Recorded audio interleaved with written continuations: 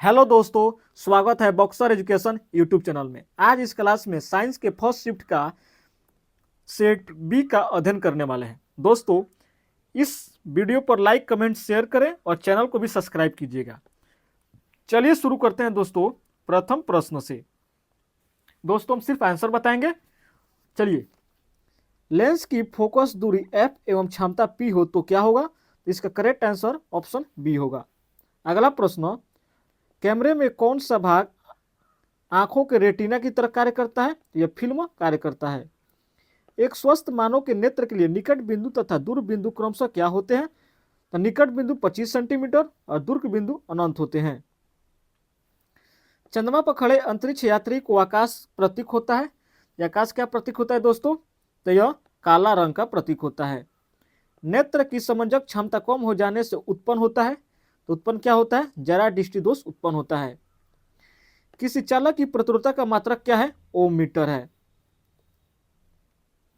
एक जूल में कितनी कैलोरी होती है? तो 0.23 होती है। विद्युत बल्ब में फिलामेंट निम्नलिखित में से किस धातु का बना होता है? तो यह टंगस्टन का बना होता है। दोहरा परिसंचरण नहीं पाया जाता है, तो किसमें नहीं पाया जाता है दोस्तों? यह मछलियों में। यूरिया रक्त में कहाँ प्रवेश करता है? तो यह वृक्क से प्रवेश करता है। ग्लूकोज का पुनरावशोषण कहाँ होता है? तो इसका पीसीटी में होता है। विभिन्न क्रियाओं के फलस्वरूप बने हानिकारक पदार्थों को शरीर से बाहर निकालने के तंत्र को क्या कहते हैं? तो उस तंत्र को उत्सर्जन तंत्र कहते हैं। मेरुरज्जु के आघात से क्या हो सकता है? तो इसके आघात से लकवा हो सकता है।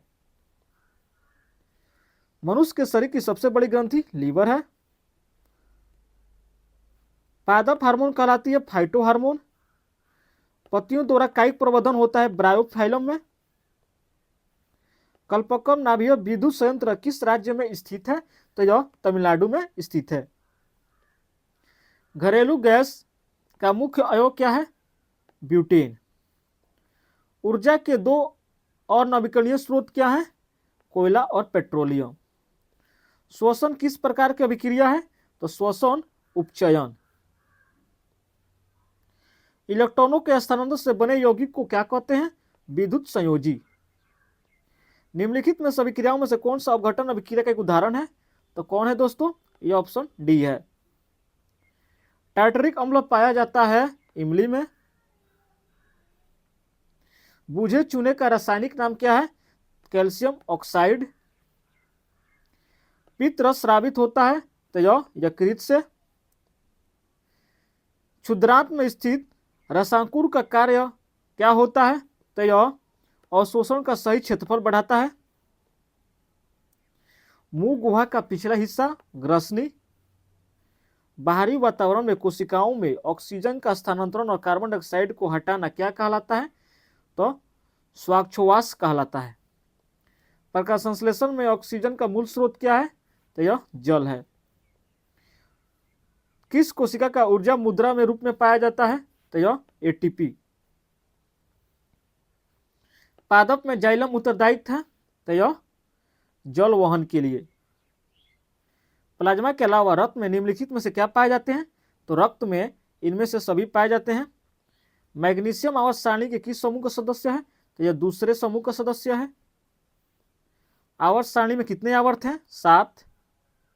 निम्नलिखित में से कौन जल संचयन की प्राचीन विधि नहीं है? डगवेल।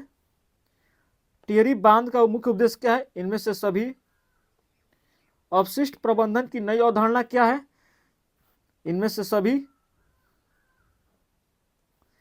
निम्नलिखित में से कौन नवीकरणीय संसाधन है? तो नवीकरणीय संसाधन 1 है। बायोगैस का मुख्य घटक मीथेन। पेप्टिक अल्सर हो सकता है लंबे समय तक भूखे रहने से।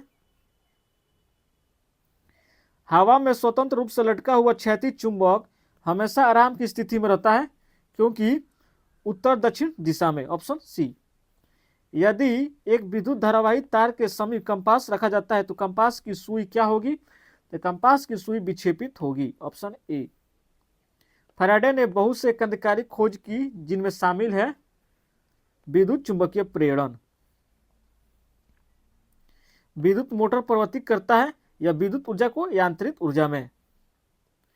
फ्लेमिंग के बाम हस्त के बाएं हाथ की तर्जनी क्या संकेत करती है? तो तर्जनी विद्युत चुंबकीय क्षेत्र की दिशा को संकेत करती है। किसी चालक तार में विद्युत धारा प्रवाहित करने पर तार के ऊपर तथा नीचे किस प्रकार के चुंबकीय क्षेत्र पैदा होते हैं? समान प्रकार के पैदा होते हैं।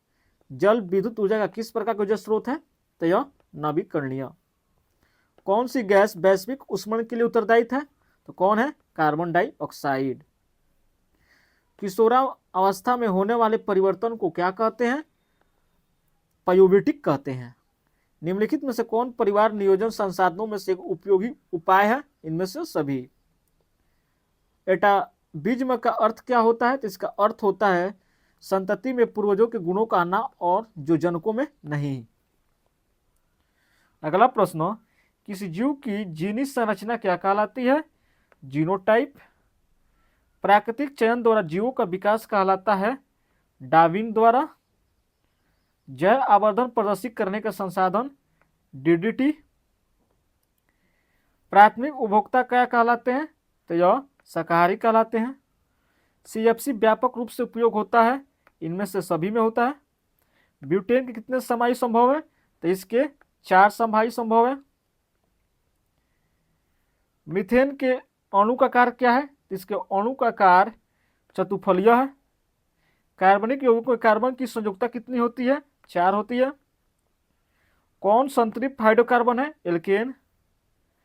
एथिलीन का आईपीएसी नाम क्या है? एथीन। मेडलिव की आवर्त सारणी में एक कमी क्या थी? हाइड्रोजन की उचित स्थान न देना, ऑप्शन सी। अष्टक का नियम निम्नलिखित में से किसके द्वारा प्रतिपादित किया गया? न्यूलैंड के द्वारा। निम्नलिखित में से कौन यौगिक सबसे अधिक क्षारीय होगा? तो सबसे अधिक क्षारीय Na2O होगा। किरणों के समूह को क्या कहते हैं? किरण पुंज कहते हैं। प्रकाश किरण गमन करती है सीधी रेखा में। अवतल दर्पण किस प्रकार की दर्पण है? अभिसारी है। कार की हेडलाइट में किस प्रकार का दर्पण उपयोग करते हैं? तो अवतल दर्पण का उपयोग करते हैं। अवतल दर्पण की फोकस दूरी ऋणात्मक होती है। किस दर्पण में हमेशा वस्तु छोटा प्रतिबिंब बनता है? तो सबसे छोटा प्रतिबिंब उत्तल दर्पण में बनता है। वायु में प्रकाश की चाल निर्वात की अपेक्षा क्या होती है? तो यह कम होती है। प्रकाश द्वारा प्रदर्शित घटना तारों के टिंटिमाओं को प्रदर्शित करता है, यह अपवर्तन।